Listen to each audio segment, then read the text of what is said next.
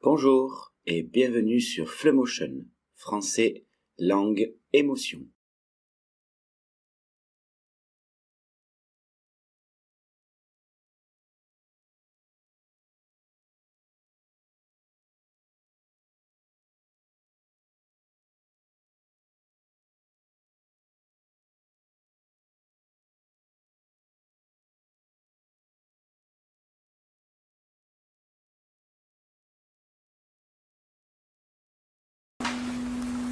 Bien. Bonjour monsieur. Bonjour monsieur, bonjour madame. Bonjour. Est-ce que je pourrais voir votre carte d'identité s'il vous plaît? Voilà. Merci. Monsieur Tangson. Oui. Très bien. Merci beaucoup. Merci. Donc vous êtes ici pour l'épreuve de compréhension et production orale du DALF C2. Oui. Ça se passe en 3 parties. Tout d'abord, vous allez nous présenter le document audio que vous avez écouté 2 fois Oui. et pour lequel vous avez préparé un compte-rendu du contenu du document. Oui. Donc, vous allez nous présenter ce compte-rendu selon un ordre et une structure logique et efficace. Ensuite, on va passer au point de vue argumenté. Oui. Et donc Oui. là, vous aviez un sujet qui est dans le cadre d'une table ronde sur l'éducation. Vous êtes invité à présenter votre point de vue sur le thème suivant: pourquoi apprendre les langues étrangères et comment bien les enseigner. Voilà. Et en suivant donc cette présentation de votre point de vue sur ce sujet, il y aura un débat entre nous. D'accord. Ça va? Ça va. Ok. Donc vous pouvez commencer par la présentation du document. Voilà, donc bonjour. Je m'appelle Tranchon d'abord. Et ça, enfin, il s'agit d'un débat, d'un dossier, d'un hebdomadaire, un magasin hebdomadaire éducatif. Alors, ce débat porte sur un sujet: faut-il encore enseigner les langues classiques, le latin, le grec, à l'école? Concernant les intervenants, nous avons 3 intervenants, donc Pierre Chanville, Sophie Blanche et Paul Lebrun, avec la journaliste. Donc la question est posée, nous allons vous présenter d'abord chaque intervenant. Donc d'abord nous faisons l'intervention de Sophie Blanche. Donc, selon elle, l'enseignement du grec et du latin est toujours nécessaire, surtout dans un pays comme la France. Et d'ailleurs elle confirme aussi son accord pour dire que le grec et le latin ne sont pas des langues mortes, parce qu'elles sont toujours encore utilisées, elles sont encore assez largement diffusées. Elles ont aussi un statut assez exceptionnel dans des pays comme la Grèce ou l'Italie. Pour elle, l'enseignement du grec et du latin, c'est quelque chose aussi qui permet de retourner à la source du français, parce que le latin ou le grec, c'est quand même le berceau du français. D'autant plus que l'apprentissage ou l'enseignement du grec et du latin permet également aux élèves, aux étudiants de pouvoir connaître bien mieux l'orthographe ou encore l'écriture de certains mots qui sont d'origine latine ou grecque. Pour elle aussi, l'enseignement ou l'apprentissage du latin, du grec, pourrait justement connaître mieux les héritages helléniques, des héritages du grec et du latin. Par contre, elle est assez mal convaincue parce que l'enseignement du grec et du latin pourrait être utilisé comme un prétexte pour faire une discrimination entre les élèves. Par exemple, quand elle cite, suite à la question de la journaliste, faut-il toujours enseigner le grec et le latin à un banlieusard parisien? Et là, elle est vraiment frustrée par cette question. Et pour elle aussi, c'est que l'enseignement du grec et du latin peut également favoriser l'apprentissage scolaire d'un étudiant. Donc ça, c'est le point de vue de Sophie Blanche. Donc, passons maintenant à l'intervention de Pierre Chanville. Pierre Chanville, il est aussi pour l'enseignement du grec et du latin. Par contre, il est aussi d'accord avec Sophie Blanche sur le point de vue que l'enseignement du grec et du latin a été aussi utilisé comme un prétexte pour choisir des classes d'élite dans certaines écoles, parce que les directeurs de ces écoles n'ont pas le droit de classer les classes de niveau, donc ils ont utilisé ces langues comme un prétexte. Donc, il est aussi assez ambigu sur le côté, parce que quand l'enseignement du grec et du latin pourrait favoriser l'apprentissage, alors que le fait d'utiliser ces langues comme un filtre éducatif avait contribué à atténuer, à justement en fait, confirmer davantage le caractère complexe de ces langues qui ont été déjà beaucoup rejetées par d'autres élèves, par d'autres écoles. On passe par la suite à l'intervention de Paul Lebrun, le troisième intervenant. Alors pour lui, il n'est pas vraiment pour le grec et le latin. Par contre, il n'est pas contre non plus, mais par contre, il est gêné par le fait que l'enseignement des langues étrangères en France est déjà assez peu efficace, assez peu performant. Donc il se demande, est-ce que vraiment c'est nécessaire d'apprendre ces langues encore, alors que l'enseignement du français, de l'espagnol, de l'allemand ou l'anglais n'est guère efficace, guère performant. Et pour lui aussi, c'est qu'il est vraiment temps que l'enseignement des langues étrangères en général en France pourrait prendre un autre tournage, par exemple, enfin permettre à tous les élèves de faire ce qu'ils veulent faire. Et donc tout en partageant ces points de vue, il y a donc Sophie Blanche qui a repris que, comme j'ai dit tout à l'heure, parce que apprendre cette langue, ça permet de revoir et écrire mieux l'orthographe des mots qui sont d'origine latine. Alors, pour contrer ce propos, alors Paul Lebrun avait dit que j'apprécie particulièrement son exemple, c'est que c'est difficile pour un jeune français ou un jeune apprenant de retourner ou d'apprendre encore le grec et le latin pour pouvoir écrire correctement un mot qui est d'origine latine ou grecque. Et pour lui, ce fait de retourner au latin pour écrire mieux le français, c'est comme si on doit réviser les cours de vitesse en physique ou encore les centres de gravité avant de prendre un virage en voiture. Ça pour lui, c'est un peu hilarant, c'est un peu bizarre. Mais pour d'autres personnes, alors l'enseignement du grec et du latin pourrait tout à fait permettre aux étudiants d'enrichir leurs connaissances. Donc malgré les divergences de points de vue, à la fin du débat, tous les intervenants sont d'accord sur le même point de vue, selon lequel l'enseignement ou l'apprentissage du grec et du latin n'est pas mauvais, est au contraire nécessaire et efficace. Mais il est temps que l'éducation nationale, donc l'enseignement du français, enfin du grec et du latin, doivent s'ouvrir à un enseignement plus ouvert en adaptant aux envies, aux besoins de chaque apprenant. Il est également temps d'ouvrir une éducation à un monde citoyen où tout le monde, tous les élèves parlent plusieurs langues. C'est-à-dire qu'en fait, ils sont d'accord sur le même point de vue selon lequel l'enseignement doit permettre à chaque étudiant d'apprendre ce que chaque étudiant veut. C'est-à-dire qu'en fait, ils sont d'accord sur le point de vue l'enseignement est efficace, eh bien, mais chacun pourrait choisir. Il ne faut jamais les imposer. Alors ceux qui veulent apprendre le latin, le grec, pour perfectionner leur connaissance sur l'écriture, sur l'orthographe du français, peuvent apprendre le latin. Mais par contre, ceux qui ont des difficultés peuvent apprendre aussi. Mais s'ils ne veulent pas, qu'ils veulent uniquement se concentrer sur l'apprentissage d'une autre langue étrangère, peuvent toujours s'en passer de cet enseignement. Et là, ils sont d'accord là-dessus. Donc, et d'ailleurs, enfin, la journaliste avait donné aussi un point intéressant, parce qu'après justement cette présentation de ce débat, elle a donné forme à un autre sujet qui est assez attendu, donc faut-il d'autorité dans l'école aujourd'hui. Donc ça, c'est les contenus essentiels de ce débat avec les trois intervenants dans le texte audio. Très bien, merci. Je vous en prie, merci. On va donc passer maintenant à la deuxième partie. Vous allez donc nous présenter votre point de vue argumenté. Pourquoi apprendre les langues étrangères et comment bien les enseigner? D'accord, permettez-moi de commencer. Alors, dans un monde avec l'intégration au monde actuel, donc vous avez bien l'ouverture, importation, exportation, le voyage, le monde du travail qui s'ouvre, et surtout avec les médias, donc l'internet, Facebook. L'apprentissage des langues étrangères reste indispensable. Indispensable, quel que soit le chinois, le français ou l'américain ou l'anglais. Donc ça, on ne discute plus sur la nécessité d'apprendre une langue étrangère. Et apprendre une langue étrangère, ça a également une occasion pour permettre à chaque individu de connaître une autre culture. Parce qu'apprendre une langue, c'est aussi apprendre une autre culture, une autre civilisation. Connaître les habitudes, le mode de vie, les comportements, les mentalités.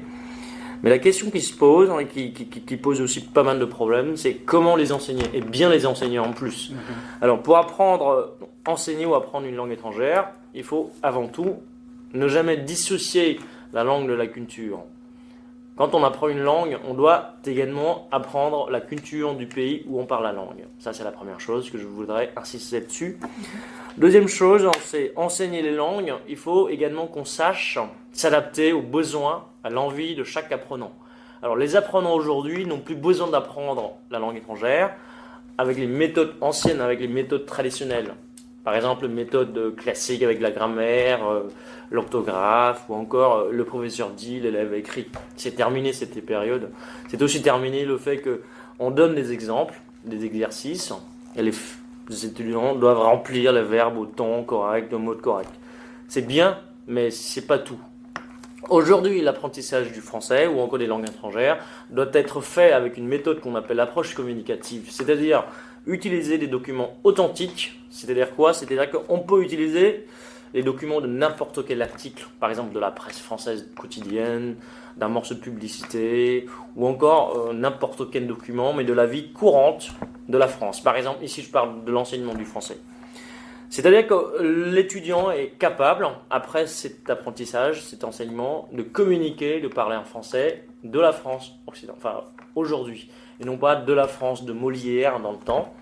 Et surtout, ça permet également aux étudiants de pouvoir les appliquer dans les conditions concrètes, dans les situations sur le terrain.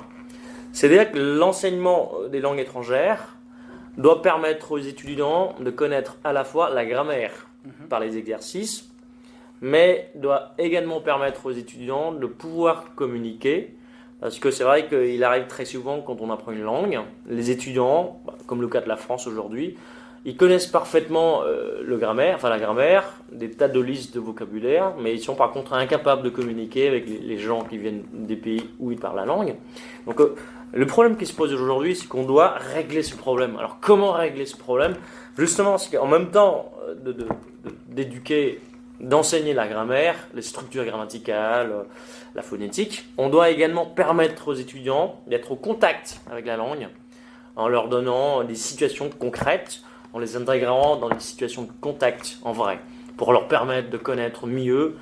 Alors, l'apprentissage peut se faire dans une petite situation concrète, c'est comment on exprime une question, comment on demande de passer le Seine, une bouteille d'eau, du café, comment on parle dans un métro, comment on parle dans un interview d'embauche, comment on parle dans écrire une lettre d'invitation ou encore de motivation ou autre. Donc, l'étudiant ne doit plus être comme un perroquet dans le temps, c'est-à-dire qu'il répète ce qu'il avait appris, mais il doit être capable de rétablir une vraie communication en français, quelle que soit dans la réalité ou dans des situations abstraites. L'étudiant doit être en contact dans les circonstances réelles de la France aujourd'hui. Parce que, étant donné que la langue évolue, donc l'apprenant doit également évoluer en fonction de cette évolution. Parce que si on apprend maintenant le français de l'époque de Molière, on est bon en grammaire. Mais par contre, quand vous êtes dans une situation concrète, vous devez communiquer et parler avec un français. Alors, ceux qui ont appris selon les méthodes traditionnelles ne peuvent plus communiquer. Alors qu'il y en a qui connaissent vraiment peu de grammaire, qui connaissent même pas comment écrire un tel ou tel mot, mais ils sont capables tout à fait de communiquer, de parler, d'échanger les avis. Peut-être aussi par une langue, nous on appelle ça une langue gestuelle, quoi. Mais ils connaissent vraiment la langue vivante, la langue d'aujourd'hui. Donc pour les enseigner bien aussi, il y a une autre façon, c'est de faire des stages à l'étranger. Parce que nous, dans un pays comme le Vietnam, on n'a jamais eu cette occasion-là. On n'a jamais eu cette occasion de faire des stages à l'étranger. Donc l'apprentissage du français au Vietnam, concrètement, c'est un apprentissage qui est dans une école où tout est fait d'une façon artificielle. Alors que la meilleure façon d'apprendre une langue, c'est de s'immerger dans un pays où on parle la langue et de pratiquer quotidiennement la langue. Donc en même temps que l'apprentissage qu'on appelle l'approche communicative, document authentique, on doit avoir la possibilité de parler, de vivre comme les natifs. Donc ça, je trouve ça c'est la meilleure façon, la meilleure justement méthode d'apprendre et d'enseigner les langues étrangères, quel que soit le français, l'anglais ou autre. Voilà. Bien évidemment, on doit assurer que l'étudiant va être capable de faire des exercices de grammaire ou autre. Voilà. Mais cette méthode va permettre à la fois de connaître bien la grammaire et pouvoir communiquer. C'est d'ailleurs ça le but de l'enseignement, l'apprentissage. Voilà, ça c'est mon point de vue sur la nécessité de l'apprendre une langue étrangère ou encore comment bien les enseigner. Oui, oui. Très bien, merci. C'est vrai que vous avez commencé en disant on se pose même plus la question de savoir est-ce qu'il est essentiel ou pas d'apprendre une langue. Vous avez passé très rapidement là-dessus pour plutôt nous parler du comment bien apprendre. Et c'était très intéressant, effectivement. Mais est-ce que vous pouvez pas développer quand même quelques arguments, à part l'ouverture sur le monde, etc., sur le besoin qu'on peut avoir d'apprendre une langue étrangère? Donc, comme je vous ai dit, premièrement, c'est le besoin d'apprendre une langue étrangère, parce qu'on est dans un monde ouvert, dans un monde qui se développe. Donc d'abord, c'est le besoin de connaître une autre culture, une autre civilisation, comme j'ai déjà dit dans mon exposé. Mais deuxième besoin, c'est également pour faire le commerce, pour faire le business, parce que quand on ne connaît pas la langue étrangère, on ne peut pas développer notre activité économique. Dans un pays, quand on veut développer l'économie, on doit s'associer, travailler avec les entreprises étrangères. Et tant qu'on n'est pas leur langue, ça nous fait des obstacles. Bon, ça aussi, c'est une nécessité d'apprendre une langue étrangère. Après, c'est aussi, je pense aujourd'hui, c'est que les étudiants, quand ils veulent apprendre une langue étrangère, c'est aussi pour aller faire des études à l'étranger. Donc ça permet d'avoir un autre horizon, un autre futur. Parce qu'effectivement, au Vietnam, par exemple, quand on a des études dans les domaines de la finance, de l'économie, la plupart des grands cadres dans les banques ou encore dans des organisations économiques, des finances, sont souvent des étudiants qui ont fait des études à l'étranger. Parce que leurs diplômes obtenus à l'étranger sont très recherchés, très demandés par nos banques.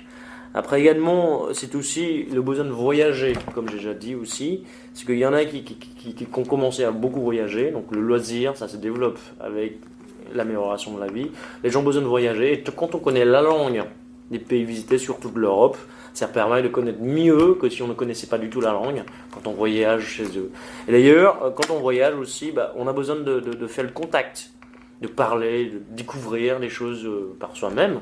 Donc connaître la langue, par exemple, je dis si je connais le français, je viendrai à Paris, je peux ne pas suivre le groupe pour aller à ma guise, chercher un petit coin, discuter avec les gens. C'est comme ça qu'on connaît mieux la culture des gens que d'écouter dans un sens unique la présentation des guides ou autre. Donc ça, c'est des nécessités, des besoins d'apprentissage, enfin d'apprendre une langue étrangère. Alors si on revient sur Molière maintenant, vous avez abordé Molière et sa langue qui était peut-être obsolète et peu utilisable en cours de langue. Est-ce que c'est bien ça votre point de vue ? Vous hésiteriez, si vous étiez enseignant, à parler de Molière et ses écrits ? Alors, j'ai déjà cité Molière, mais pour moi, Molière ou sa langue, la langue de Molière, c'est aussi une langue standard pour l'enseignement, pour l'apprentissage. Donc, c'est bien nécessaire de connaître cette langue. C'est pour ça qu'il faut également apprendre la grammaire comme la grammaire de Molière. Mais cette langue ne peut pas être utilisée pour l'enseignement aujourd'hui comme la seule langue enseignée, parce que aujourd'hui, les étudiants, les apprenants ont besoin de s'échanger, ont besoin de parler. Et s'ils n'apprennent que la langue Molière, c'est bien quand ils connaissent les œuvres ou encore qu'ils peuvent lire les romans. Mais par contre, ils sont incapables de pouvoir communiquer avec les natifs, avec le monde extérieur, qui ne parlent peut-être plus la langue de Molière, parce que la langue s'évolue. Si je ne me suis pas trompé, dans l'Académie française ajoute chaque année des mots nouveaux. Alors si on connaît que la langue de Molière, on serait incapable de connaître par exemple Cyrano de Pité ou encore Textoté ou autre. C'est pas la langue de Molière. Donc ça aussi c'est quelque chose qui permet justement à l'apprenant d'apprendre une langue selon les méthodes modernes et être efficace dans la production de leur langue. Parce qu'ils peuvent être bons dans la grammaire, mais au contraire ils peuvent être assez nuls dans la communication, dans les échanges. D'accord, et c'est vrai qu'une langue ne sert peut-être pas uniquement que à communiquer, mais peut-être aussi apprendre Molière, ça pourrait avoir un aspect culturel qui serait non négligeable dans les apports. Justement, c'est ce que j'ai insisté, c'est qu'on doit apprendre à la fois deux choses dans la grammaire, et là, on peut utiliser justement les textes de Molière, de Marcel Proust ou autres, parce que ça c'est du français, du bon français, du français classique. Mais à la fois, on ne peut pas uniquement rester sur ces langues, sur ces bases, parce qu'on ne peut pas utiliser ces langues pour les communications, pour les échanges aujourd'hui, Mais les apprenants aujourd'hui, ils ont plus besoin de faire des échanges, de faire leur commerce avec la langue étrangère. Et non peut-être pas que apprendre la langue pour, par exemple, lire les romans, les œuvres classiques ou autres. Donc, je pense qu'il est nécessaire d'apprendre les deux. Je ne nie pas l'apprentissage nécessaire de la langue de Molière ou des romans classiques comme Marcel Proust ou Gomari-Garé ou autres. Mais il est nécessaire d'apprendre les deux pour pouvoir favoriser l'accès à la communication, les échanges. Vous-même, au début de votre apprentissage de la langue française, vous l'avez appris ici au Vietnam, c'est ça? Oui, j'ai appris ici au Vietnam. De ce qu'on m'a dit, au Vietnam, l'apprentissage des langues étrangères, peut-être aussi à votre époque, c'était quand même assez traditionnel, non, comme démarche, beaucoup de traductions, beaucoup de grammaire. Est-ce que c'est comme ça que vous-même vous avez appris, au moins au début Alors, on a de la chance, on va dire ça, parce que c'est vrai qu'au début, au lycée, on a commencé au lycée, donc à partir de 16 ans, on a eu 3 heures par semaine, et ça, effectivement, c'était la grammaire et la grammaire. Donc, c'était des méthodes traditionnelles, beaucoup de grammaire, beaucoup d'exercices sur la syntaxe et autres. Mais on a de la chance à partir des premières années universitaires où on a commencé à faire avec les méthodes de l'approche communicative. Donc on a appris plutôt avec les documents authentiques comme je viens de vous présenter. Et on a aussi de la chance avec une organisation qui vient de la Bretagne, l'association à but culturel et de développement éducatif. Ça nous permet d'avoir des échanges réels avec la France, ce qui nous a enrichi sur les expressions, sur le glossaire, sur les échanges en vrai, dans les vraies situations, et non pas que dans les situations. C'est pour ça que j'ai insisté l'apprentissage des deux, comme deux choses indissociables et deux choses qui doivent aller parallèlement. Vous avez abordé les documents authentiques aussi. Est-ce que vous pensez qu'ils ont intérêt à être présentés tardivement ou plutôt précocement dans Alors, l'apprentissage, selon moi, doit se faire en 2 étapes. La première étape, c'est quand même l'étudiant doit apprendre d'abord la base. La base ici, c'est la grammaire, c'est les règles grammaticales. Donc, il doit être capable, malgré tout, construire une phrase plus ou moins correcte. C'est simple. Après, par la suite, on apprendra avec les documents authentiques. Parce que le document authentique, c'est écrit souvent dans un français courant, dans un français quotidien de la France. Et très souvent, ces documents ne sont compris que par les Français qui vivent en France. Et à l'aide des professeurs, on peut toujours comprendre. Et d'ailleurs, c'était grâce à ces documents authentiques que l'on sait comment les Français s'expriment réellement. Et non pas comme dans les livres qu'on a appris avec la grammaire ou l'exercice traditionnel. Donc finalement, votre parcours d'apprentissage, vous le conseilleriez, puisque vous parlez d'abord des bases grammaticales solides et ensuite une confrontation avec la langue. Je vais conseiller, oui, bien évidemment, je conseillerais donc l'apprentissage de la base grammaticale. Après, c'est le document authentique, mais je conseillerais également la lecture. La lecture peut permettre également aux étudiants de savoir les tournures différentes, des expressions beaucoup plus recherchées, soutenues que dans la langue parlée. Donc l'apprentissage peut également permettre de connaître la culture du pays, la civilisation du pays à la fois que l'apprentissage avec les documents authentiques. Vous avez aussi insisté sur le couple langue-culture. Oui. C'est quand même assez difficile, non, quand on vit dans un pays où on est loin de la culture de la langue, d'avoir contact avec elle. Parce que même, on peut avoir accès à des documents authentiques, c'est sûr, mais si on ne vit pas dans le pays où la langue et la culture s'expriment pleinement, ça reste assez compliqué. Vous avez une solution, finalement, les stages à l'étranger, etc. Oui. Mais comment on peut faire pour les jeunes Vietnamiens, par exemple, qui, eux, n'ont pas l'opportunité, au moins immédiate, d'aller en France ou dans un autre pays francophone? Alors, justement, pour répondre à votre question, quand on a appris à l'université, on a une matière qui s'appelait la civilisation française. Donc, sans aller en France, mais on peut tout à fait connaître la France, les mœurs, les coutumes, la culture française, par ce document, par ce manuel. Ça s'appelle la civilisation française ou encore la France à 1000 facettes.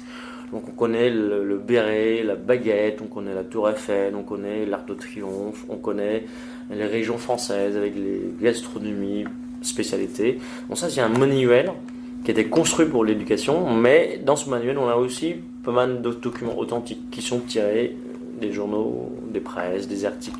Donc ça permet d'avoir un avis préalable de la culture française. Et ben après, une fois qu'on a déjà acquis ces connaissances de base, avec les bases grammaticales, ce sera beaucoup plus facile pour nous, pour les apprenants, par la suite de connaître, d'apprendre la langue avec des documents authentiques. Et d'ailleurs, ces découvertes, ces connaissances permettent également aux étudiants d'éviter les tabous, d'éviter les chocs culturels quand on parle avec des pays. Par exemple, entre le Vietnam et la France, on a quand même pas mal de différences dans la culture. Bon, chez vous, il y a certaines choses qui sont bien vues, et d'autres qui sont moins vues. Chez nous aussi. Et ces choses-là, ces articulations sont peut-être pas les mêmes en fonction de la culture. Parce que chez nous, on pense que ça c'est bien, et chez vous, c'est le contraire. Voilà. Donc, l'apprentissage de ces langues et de la culture, ça ne peut pas être dissocié, ça doit être ensemble, parallèle. Si on veut vraiment connaître la langue et connaître la culture, si on veut vraiment être efficace dans les échanges. Très bien. Sans pour autant faire les chocs culturels. Si je reviens dans le document audio que vous nous avez décrit dans la première partie, certains interlocuteurs pensent que l'enseignement des langues étrangères en France est relativement sous-performant en fait. Et vous nous décrivez, vous, votre parcours d'apprentissage là, donc dans le français langue étrangère, ça avait l'air d'être plutôt performant. Et si vous êtes au C2 aujourd'hui, c'est qu'il y a aussi d'autres raisons, mais ça me paraît un peu paradoxal. Nous, en France, on a du mal nous-mêmes à apprendre les langues étrangères, alors qu'on a l'impression qu'on arrive quand même à enseigner notre langue, ou que les étrangers enseignent le français correctement. Par rapport à cette situation présumée de sous-performance de l'apprentissage des langues étrangères par les Français en France, est-ce que vous avez une idée sur... Alors, je pense que l'apprentissage des langues étrangères en France est assez mal performant, c'est parce que c'est l'influence de l'enseignement des langues classiques. Comme disait Paul Lebrun, ou encore Pierre Chanvin, c'est que cette culture des langues classiques avait nui à l'efficacité de l'apprentissage des langues étrangères en France, parce que la langue, avant tout, c'est un outil de communication et non pas un travail intellectuel. Je reprends ce que dit Paul Lebrun dans le texte. Mais pour moi aussi, je pense qu'également que la France, ou le français ici, a été pendant un grand moment une langue assez aristocrate, assez snob. Donc tout le monde avait parlé le français. Donc les Français, jusqu'à encore aujourd'hui, ont une grosse fierté de leur langue. Mais à partir de là, ils n'ont pas vraiment besoin d'apprendre une autre langue, parce que tiens, je parle la langue la plus snob du monde, je parle la langue la plus classique du monde, peut-être à cause de ça. D'autant plus, c'est que le français, c'est une langue qui est très difficile. Et c'est peut-être à cause de ce fait que les Français, ou encore ceux qui ont fabriqué les manuels d'enseignement de chez vous, à partir de la difficulté de votre langue même, ont obligé aux apprenants de faire les grammaires, de faire plein d'exercices, et négliger de côté négliger de côté communicatif de la langue. Négliger de côté que la langue est aussi un outil de communication et non pas qu'un simple travail intellectuel. Et je pense qu'à partir de là, quand les constructeurs du programme n'ont pas une bonne prise en compte, ils vont produire des documents qui se basent sur les méthodes anciennes, classique, et non pas sur les méthodes qu'on a aujourd'hui. Mais je pense que, d'ailleurs, ça a été aussi nommé dans le document audio, c'est que le ministère de l'Éducation française, aujourd'hui, avait commencé à remettre les choses en cause. Par exemple, réduire l'effectif des classes en terminale, revoit la politique d'appréciation, de certification, et tout cela va contribuer à redonner une autre page à l'éducation française. Et je pense à un moment donné, avec l'intégration et surtout la possibilité de faire des stages à l'étranger, ça pourrait permettre aux Français d'améliorer leur apprentissage du français, des langues étrangères en France. Il faut que ça soit également s'oublier. Parce que c'est vrai que la France a été un grand pays, le français aussi, mais la place du français aujourd'hui n'est plus la même qu'elle avait il y a 50 ans. Ça aussi. Je pense, mais... Chez nous, pourtant, c'est une langue, le vietnamien ou le Vietnam même, c'est un pays. Donc l'apprentissage des langues étrangères, pour nous, c'est aussi une opportunité. Donc je pense que les apprenants eux-mêmes, ils ont déjà une bonne motivation pour l'apprentissage du français, parce que l'apprentissage du français ou encore des langues étrangères générales peut leur permettre d'avoir une autre occasion de partir à l'étranger, de faire des études, d'ouvrir une autre vie, une autre carrière. Alors que chez vous, être français, c'est déjà quelque chose, et puis moi je peux pas d'anglais, les blancs, etc. Donc c'est peut-être le côté Il y aurait prétentieux. moins de motivation chez les Français déjà. Oui, à la Je base. pense, personnellement. Oui. Donc c'est pas forcément qu'une méthode de pratique d'enseignement ou de programme, c'est aussi, ça peut être la motivation des gens eux-mêmes, effectivement. Exactement, Oui. les apprenants. Très bien, on va terminer là-dessus. On vous remercie beaucoup d'être venu pour cette épreuve du DALF C2. Je vous remercie aussi de m'avoir écouté. Puis merci, j'espère que ça se passe bien. Ça vous le verrez plus tard. Merci. À la publication des résultats. Merci. Merci, monsieur. Au revoir, merci, au revoir. Merci, au revoir.